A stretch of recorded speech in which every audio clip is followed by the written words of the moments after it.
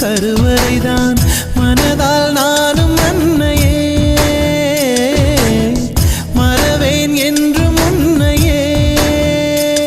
நான் பாலைவனத்தில் விதை போல் நீ பருவம் தந்த மழை போல் என் காதல் செடியில் பூவும் பூத்ததே